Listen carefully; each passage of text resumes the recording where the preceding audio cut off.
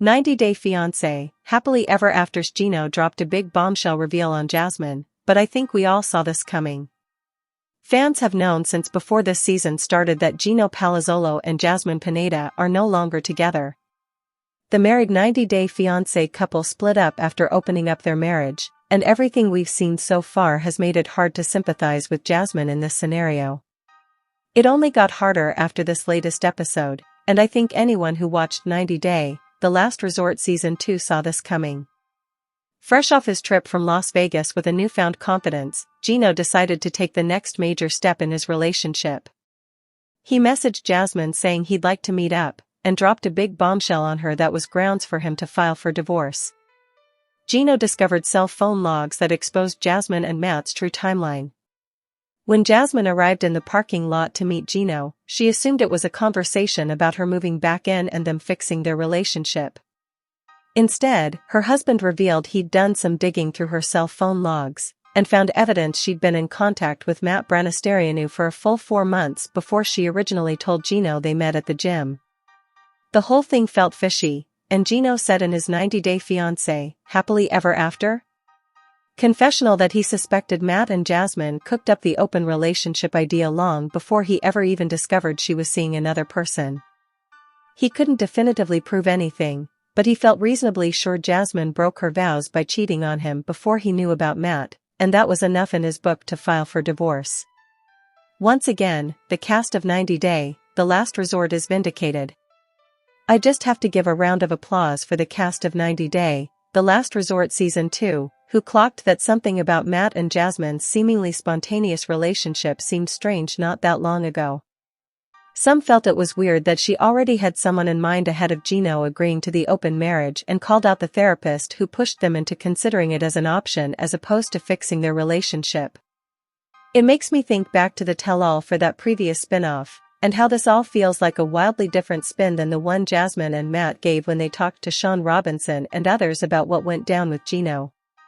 Keep in mind, the current season of 90-Day Fiancé, Happily Ever After, was filmed well before that tell-all, as it's not even known in this latest episode that she's pregnant. With so much more about their story coming out now, I'll be curious to see how the cast and fans react at the tell-all at the end of this season, with the newfound evidence that Jasmine possibly cheated on Gino. 90-Day Fiancé, Happily Ever After? Airs on TLC on Sundays at 8 p.m. Eastern Time. As the 2025 TV schedule zooms through the summer months, be sure to keep an eye out for what the 90-Day franchise is cooking up next during its year-round hold on our lives. Mick Jost is a content producer for Cinema Blend with his hand in an eclectic mix of television goodness. Star Trek is his main jam, but he also regularly reports on happenings in the world of Star Trek, WWE, Doctor Who, 90-Day Fiancé, Quantum Leap, and Big Brother. He graduated from the University of Southern Indiana with a degree in journalism and a minor in radio and television. He's great at hosting panels and appearing on podcasts if given the chance as well. Why Gino and Natalie already feel like a better 90-Day Fiancé couple than he and Jasmine ever were. Warning: the following contains spoilers from the 90-Day Fiancé, Happily Ever After episode. A boy's best friend is his mother. Stream it with a HBO Max subscription and read at your own risk. 90-Day Fiancé fans who frequent Cinema Blend likely won't be surprised that I don't think Gino Palazzolo and Jasmine Pineda were the blueprint for a successful relationship in this franchise. While it seemed like the couple was going to press on with their open marriage plans when Happily Ever After's new season kicked off, things took a big twist when Gino informed Jasmine he wanted a divorce. Now, after seeing how he's relayed his awkward situation with his new girlfriend Natalie, I can't help but feel like they're the much better coupling. Natalie and Gino's Las Vegas felt like it could have only been a one-time thing, but as we saw in the latest episode, both appear serious about keeping their relationship going. They had a conversation about where things currently stand and how they intend to move forward, and I'm loving what was said. Natalie wanting to ensure Gino and Jasmine are truly finished? That's a green flag. I think the first green flag from the duo's conversation is that Natalie is only invested in Gino and Jasmine's drama in the sense that she wants to ensure they're no longer together before she pursues a relationship with him. I don't think it's because she's scared of Jasmine, or afraid she'll get a shoe thrown at her like Rob Warren did. Natalie seemingly just doesn't want to get in the middle of any highfalutin drama with Gino and Jasmine, and while I think that's a tall order from anyone who agreed to be on a TLC reality series, I commend her for abstaining from moving forward with Gino until Jasmine is clear that the divorce is happening. Of course, we do know some additional drama is on the horizon thanks to a showdown promoted in the trailer. So maybe, just maybe, I'm giving her flowers for her behavior too early. Natalie and Gino seem to have fun in a way he never did with Jasmine. We've known for a while that Gino and Jasmine were one of the many 90-day couples who split after marriage, but those who have followed this show since the cast members' arrival are likely aware that fans started predicting their breakup from the start. Granted, I'm not sure anyone successfully clocked she'd get pregnant with another man's child in the process of an open marriage, but they never proved to everyone they had the foundation needed for a lasting relationship. How to watch 90 Day Fiancé, Happily Ever After. Season 9, Episode 3 for free without cable. In tonight's episode, You Can't Handle the Truth, Gino confronts Jasmine with evidence, Tiger Lily questions Adnan's expectations in their marriage, Guillermo's new career proposal doesn't go over well with Kara, Darcy and Georgie leave for Bulgaria, Loren attempts to mend fences with Elizabeth.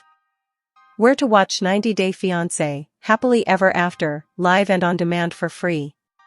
Viewers without cable can still stream the latest episode of 90 Day Fiancé, Happily Ever After, live and on demand for free by signing up for free trials from streaming platforms like Philo. This is the best name for budget live TV around. You get 70+ channels and unlimited DVR for just $28 per month, and it's currently offering a 7-day free trial. You won't find a ton of sports options on Philo, but if you love entertainment and lifestyle channels like Paramount Network, Comedy Central, BET and more, the price can't be beat. Watch live TV from major broadcast and popular cable networks. Enjoy local and national live sports, breaking news, and must-see shows the moment they air. Included, unlimited cloud DVR storage space so you can record as many shows as you want and stream them from wherever you go. DTV starts at $34.99 per month after a 5-day free trial when you shop their customizable genre packs. What is 90 Day Fiancé, Happily Ever After, about? According to the series' official synopsis per Philo, marrying someone you have known for no more than 90 days comes with more risks than traditional unions. This companion series to 90 Day Fiancé sets out to see how the relationship has worked out for several couples from the original show. The show reveals what has gone on in the lives of the returning couples, whom TLC calls the most memorable from previous seasons, since they tied the knot. Among the issues the couples have faced are criticism from their loved ones and on social media, potentially having to move away from their hometowns and pregnancy struggles. 90 Day, Gino is hit with an ultimatum from his new love interest after she refuses to be part of his open marriage to Jasmine. Natalie was not interested in being part of the open marriage, and feared she was being used as a pawn, while Jasmine was devastated to learn Gino was seeing other people and said loving him is the worst thing that ever happened to me. New love interest Natalie wants no part of his open marriage, and has insisted he pick between her or Jasmine. On the July 13th episode of 90 Day Fiancé, Happily Ever After, Gino opened up to Natalie about the truth of his marriage status to Jasmine, who had no idea he had traveled to Las Vegas to explore his side of the open marriage. However, Natalie was not interested in being part of the open marriage, and feared she was being used as a pawn against Jasmine. "I don't want to be part of something or be a third party to anything," she said in a confessional. "This is a lot more complicated than what I was really hoping for." So before the end of Gino's trip to visit her in Las Vegas, Natalie gave him an ultimatum: "I need Jasmine to know that you moved on, and that there's just no way she's coming back, if that's unclear to her right now." Earlier in the episode, Gino said he was surprised by the connection he had with Natalie. "I didn't know that sparks were going to fly so fast," he said in a confessional. But at the time, Gino still had not told Natalie about the open marriage, and was worried about her response. Initially, Gino admitted that things between him and Jasmine were rocky, noting that they hadn't had sex since shortly after they got married. "I have to have a connection with someone to be intimate with them," he explained. Natalie sympathized, telling Gino she had an instant attraction to him when they first met at the airport. Gino then invited Natalie back to his hotel, where they shared champagne and sensually licked their bottles. In a confessional, Gino admitted he was not thinking about Jasmine at the moment, and was in heaven while spending time with Natalie.